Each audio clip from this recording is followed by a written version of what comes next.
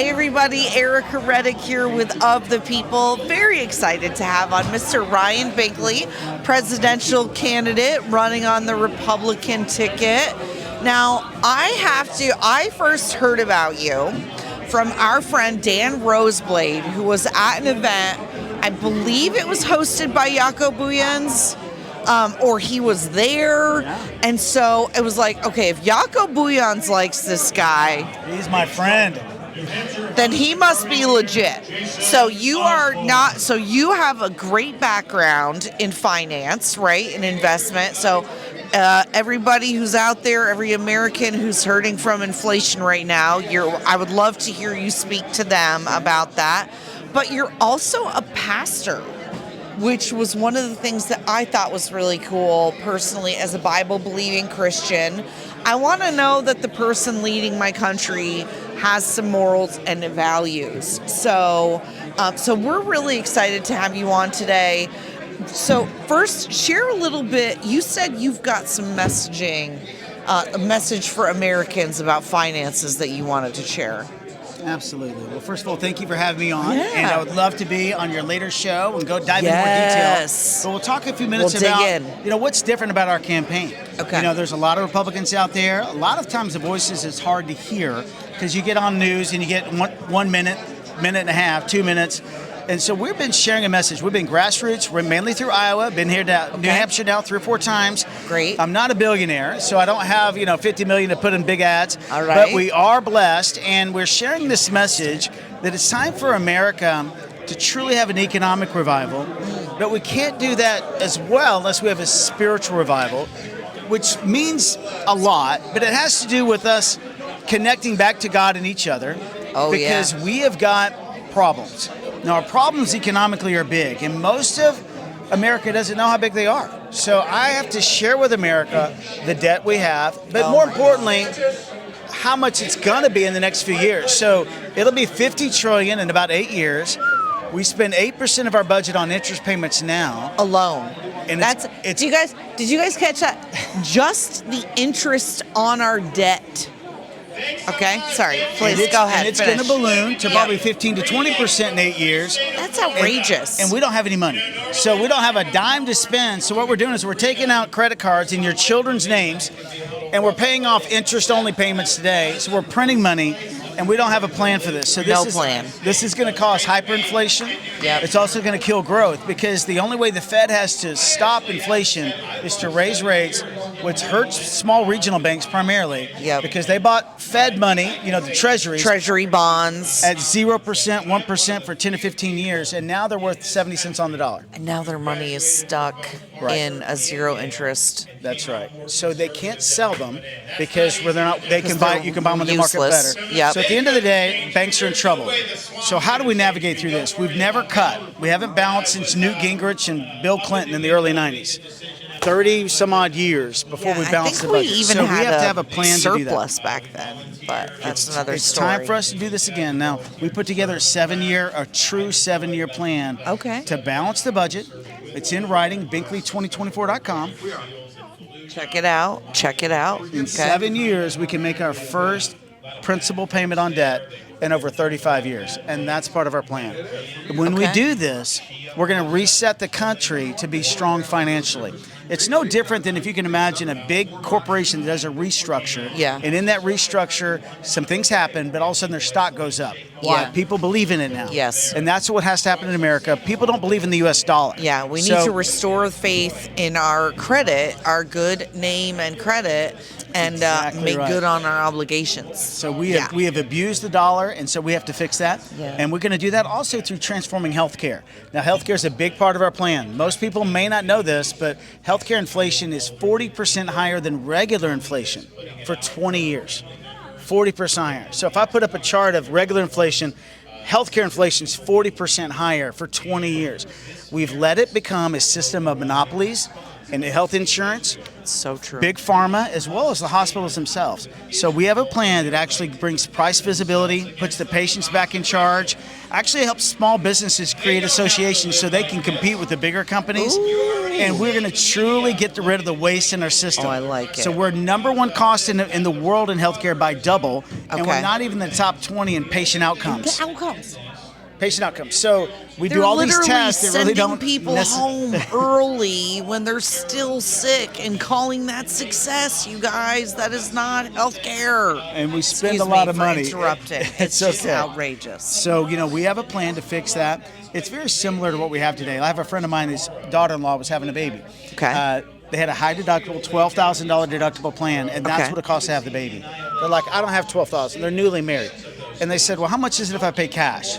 You know what they came back with? What? How about $5,000? What else in America do we purchase where there's a 60% discount if you pay cash? That's outrageous. This is the waste that's in healthcare. So we have a plan to fix that, and that's on Binkley2024.com as well. Okay. And when Okay. we get ourselves healthy financially, focus on a few things together. It's going to take Democrats to help. It's going to take a leader that doesn't demonize a Democrat on Friday and say, come work with me on Monday. Yes. We have to get past this because although we have to stand against the far left, there's a middle to win. And if we can win the middle, we can lead the country.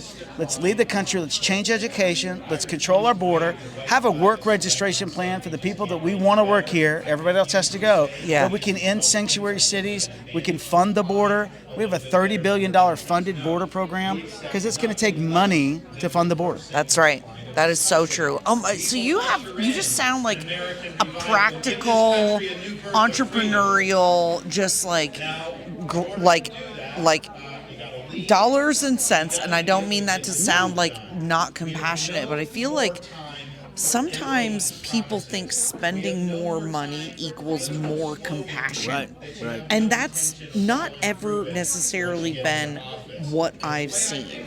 As an accountant myself, I look at, okay, we need to balance our budget. How can you help people if you're going into debt, if you're not controlling costs, if you have no idea your ins or your outs and where they're coming from? How can you control spending, outcomes? You can't. If we have no idea where our money is going, how can we provide good quality health care or any of that kind of stuff? And this is what we have to do now. In order to do this, we have to start winning urban America again.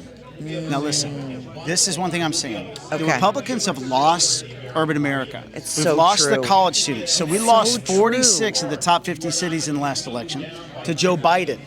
By population, he won 46% of it. I'm from Texas. We lost Dallas. We lost Houston, San Yep. Antonio, Austin, All the Fort big- Worth for the first time in 65 years. So what do we have to do? All of the elected officials in Dallas County, my understanding, are Democrats now. The mayor just switched over to being a Republican. Did He you hear that? switched. Thank goodness. Sorry for interrupting. fine. But You're yes, fine. all the major cities. So Okay. we've done that, and we lost 70% of college students. So what do we have to do? We have to connect to people that here's a reason to vote Republican. Because if Okay. you're poor today, and the Democrats are offering you free health care, free food, free tuition, free shelter, why would they vote for us? So here's what we have to do: show them the outcomes of this. Hyperinflation. The outcome is uncertainty. The outcome is it's going to be very difficult to buy a house.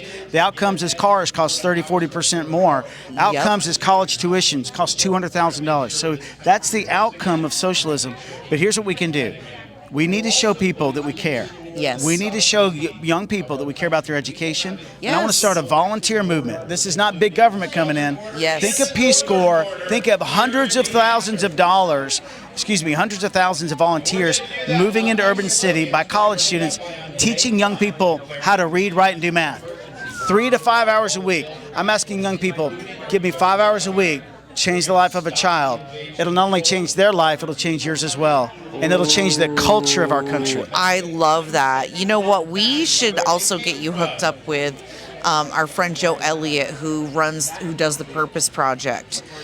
So it's a organization. They have this program where it basically helps young people identify their natural gifts and talents and their passions and how to use them toward their unique purpose. Because so many young people nowadays, they're lacking identity, belonging, Yes. and purpose. Yes. And so when the world gives them all of the things that they're giving them, and we don't have any answers, and we don't have any solutions, whether it's as the church or as a party or as human beings on the earth.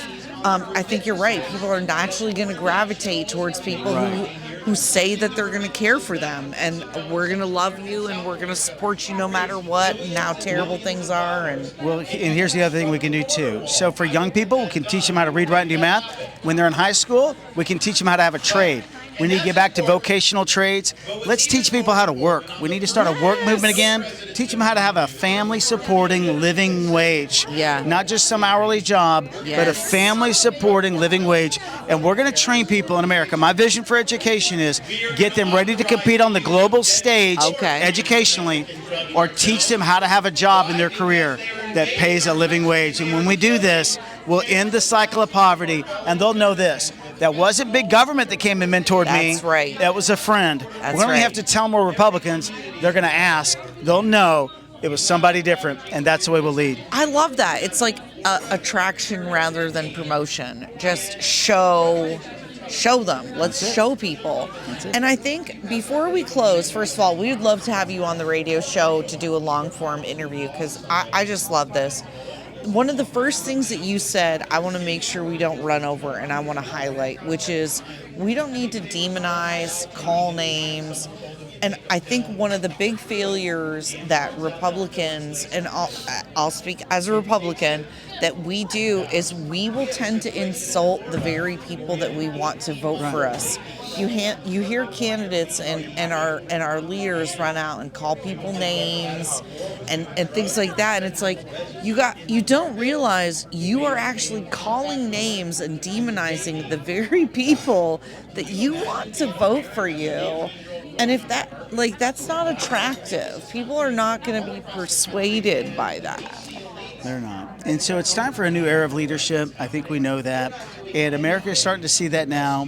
Yeah. And when we're strong nationally, when we do this to the core of the heart of who we are, we're strong financially. This is the great thing. We'll lead internationally again. China will pay attention to us. Russia will pay attention to us. We'll be able to lead internationally. And I believe this. We'll be the strongest standard bearer of peace. We'll continue to lead with wisdom. We'll end wars with diplomacy, but also with strength. And that's our vision.